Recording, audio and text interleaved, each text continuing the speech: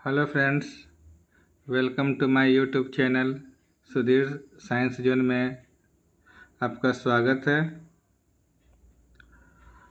आज मैं आप लोगों को सेल के बारे में बताऊंगा। यह सेल जो बहुत ही इम्पोर्टेंट टॉपिक है, जो भी कॉम्पिटिटिव मेडिकल के एग्ज़ाम होते हैं इसमें सारे बहुत से क्वेश्चन सेल से पूछे जाते हैं। नीट एग्ज़ाम हो गया, एम्स का एग्ज़ाम हो गया, जो भी एग्ज़ाम होते हैं।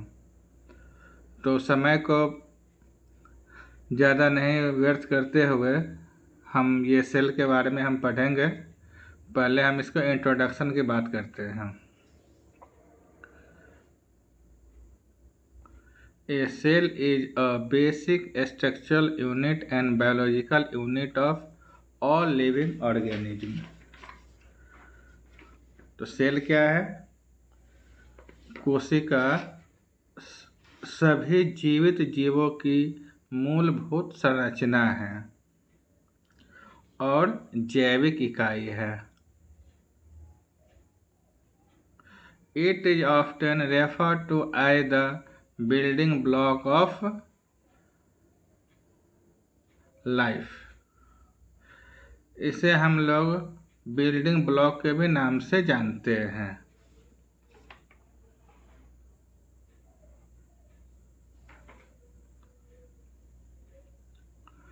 Because cells are the smallest units that can function independently and replicate themselves।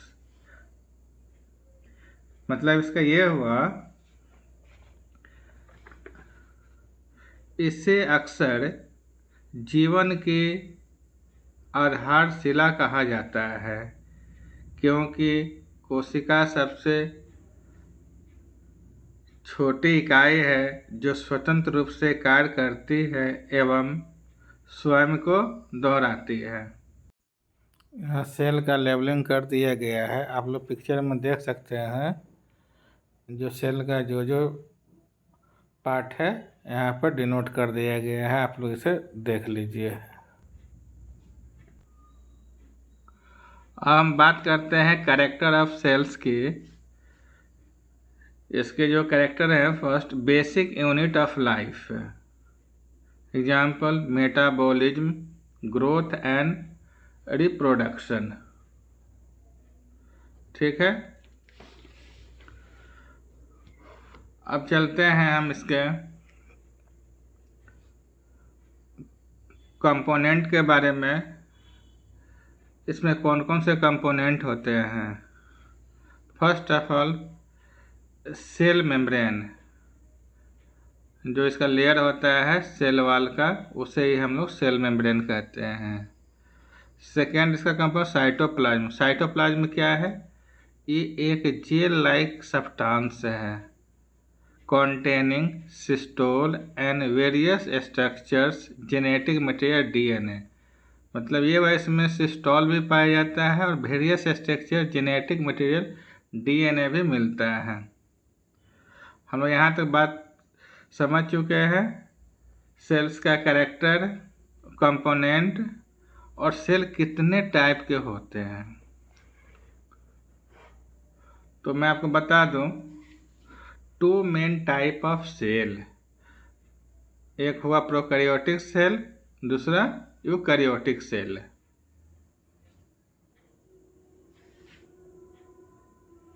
अब हम लोग जो सेल के दो टाइप है, यूकैरियोटिक एंड प्रोकैरियोटिक, इसके बारे में हम लोग डिटेल चर्चा करेंगे। What is eukaryotic cell, what is prokaryotic cell.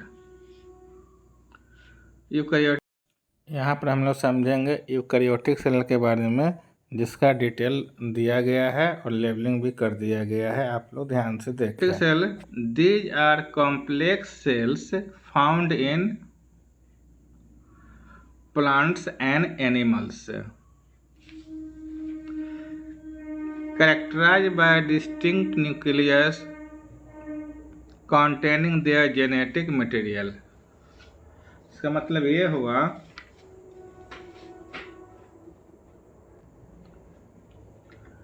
ये पौधा एवं जीवों में पाई जाने वाली जटिल कोशिकाएं हैं। इसे आनुवांशिक सामग्री युक्त विशिष्ट मांसपेशीय संरचना पाई जाती है।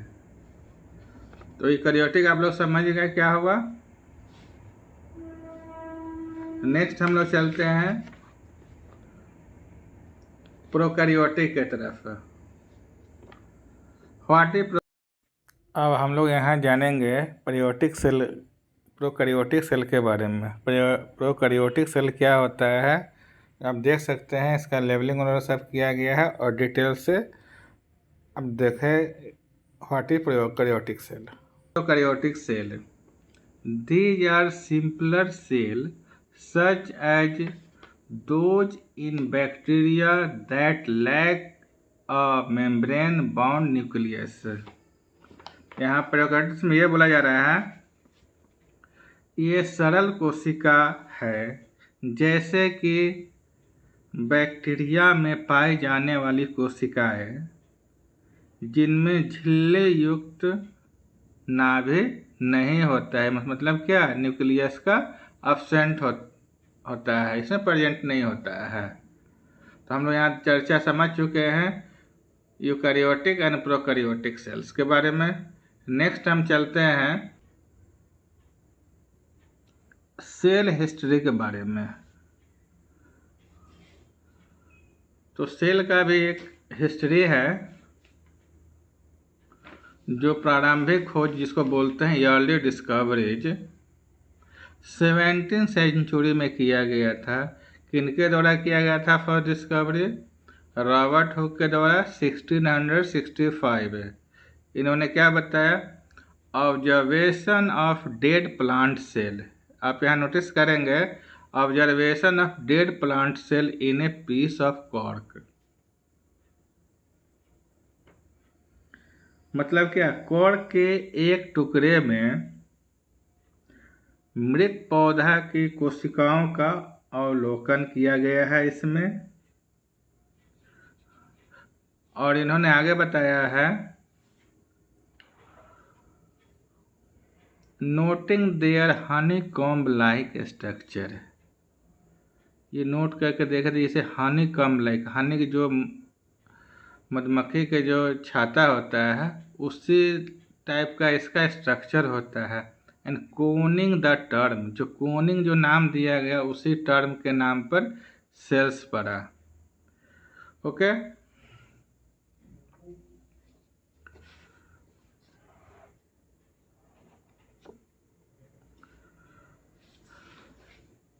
नेक्स्ट जो हमारे साइंटिस्ट थे एंटोनी वॉन लीवेनहॉक 1674। इन्होंने क्या बताया? Using his own more powerful microscope. इन्होंने खुद का पर्सनल माइक्रोस्कोप पावर से चेक किया। He was the first to observe and describe living single called organism which is called animalcules. इन्होंने माइक्रोस्कोप से देखा सिंगल लिविंग सेल्स को और उन्होंने इसका नाम क्या दिया? एनिमलक्यूलस। समझ गए? फिर से हम आपको बता दें, एंटोनी वॉन लीवेनहॉक 1674 में अपना एक पावरफुल माइक्रोस्कोप से इन्होंने देखा, यानी using his own more powerful microscopes he was the first to observe and describe living single called organism which he called animalcules. अब हम बात करते हैं इसके डेवलपमेंट ऑफ सेल थ्योरी के विषय में। और मैं आपको बता दूं ये 19वीं सेंचुरी में दिया गया है, ठीक है। तो ये पहले जो साइंटिस्ट थे रॉबर्ट ब्राउन 1831 में क्या इन्होंने किया? discovered the nucleus within a plant cell. Okay, Robert Brown discovered the nucleus within a plant cell. Next जो साइंटिस्ट हुए Matthew Schleiden and Theodor Schwann 1838 में। तो इन्होंने क्या बोल दिया थ्योरी? Given a cell theory proposing the all plants and animals are compose of cell, यानी सभी एक दूसरे से जुड़ा होता है। तो इससे हम क्वेश्चन आता है कि who propose the cell theory? That time don't confuse. So given the answer Matthew Schleiden and Theodor Schwann 1838 में सेल थ्योरी को थ्योरी इन्होंने दिया।